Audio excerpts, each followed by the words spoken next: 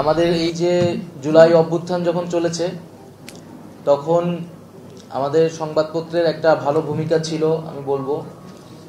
কারণ এমন একটা সময়ে এসেছিল যে সারা দেশের মানুষই আবার সংবাদপত্রের উপর নির্ভরশীল হয়ে উঠেছিল। কারণ কিছুটা তথ্য পেলে পত্রিকাতেই পাওয়া যায়, এবং আমরা তো তখন দেখেছি যে ইলেকট্রনিক মিডিয়া একেবারেই কুক্ষিগত। তো সেই সময় সংবাদপত্র ছিল একমাত্র ভরসা। তো আমার ব্যক্তিগত অভিজ্ঞতা যদি বলি, যেদিন আমাকে গুম করা হয় এবং গুম করে ফেলে রেখে যায়, আমি সেদিন কোনো রকমে একটা বাসায় সিএনজি নিয়ে বাসার উদ্দেশ্যে আসি, এবং বাসায় ওঠার আগে আমি কয়েকটা পত্রিকা কিনে দেশের পরিস্থিতিটা কি, সিনারিটা কি সেটা বোঝার চেষ্টা করি।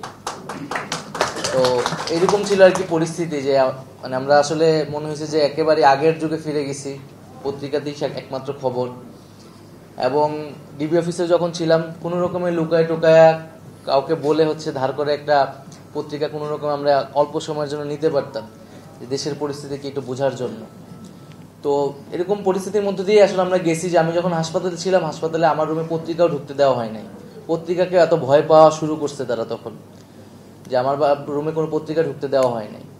তো আমি এই জন্য আজকে যেহেতু আপনারা সংবাদকর্মীরা এবং বিভিন্ন সম্পাদক এসেছেন, তো সেই আন্দোলনে পক্ষ থেকে আমি আপনাদেরকে আন্তরিকভাবে ধন্যবাদ জানাচ্ছি বাংলাদেশের ছাত্র জনতার পক্ষে থাকার জন্য।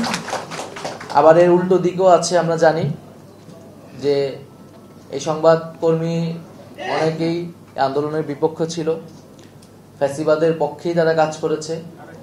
এবং আমি এর আগেও এটা স্পষ্ট করেছি যে ফ্যাসিবাদের পক্ষে যারাই কাজ করুক না কেন, এই গণহত্যায় যারাই উস্কানি দিয়ে থাকুক না কেন, তাদের বিচার হবে।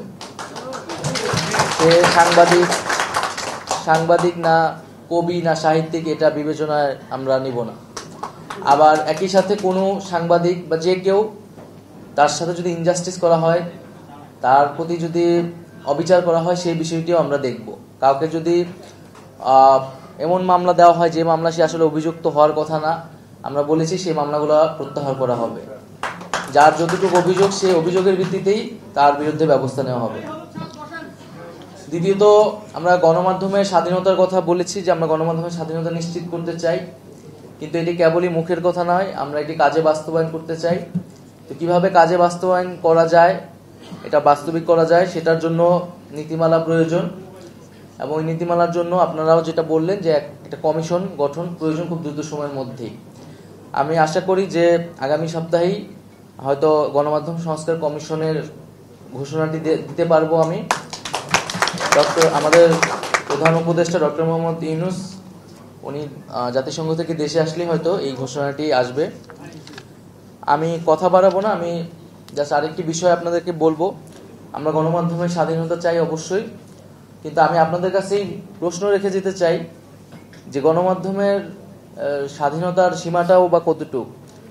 আমরা জানি যে স্বাধীনতা মানে আসলে স্বাধীনতা, এখানে কোনো নিয়ন্ত্রণ চলে না। কিন্তু গণমাধ্যমের স্বাধীনতার কথা বলে বা স্বাধীনতার মাধ্যমে কি ফ্যাসিস্টদের পক্ষে প্রচারণা করা যাবে কিনা? গণমাধ্যমের স্বাধীনতার কথা বলে কি ফ্যাসিস্টদের পারপাস সার্ভ করা যাবে কিনা? তো সেই বিষয়টি আপনাদের কাছে প্রশ্ন রেখে গেলাম। আমরা আমাদের দেশ, আমাদের এই যে অভ্যুত্থান, সেইটাকেই প্রাধান্য রেখে, মানদণ্ড রেখেই আমরা সকল স্বাধীনতা কিন্তু নিশ্চিত করতে চাই।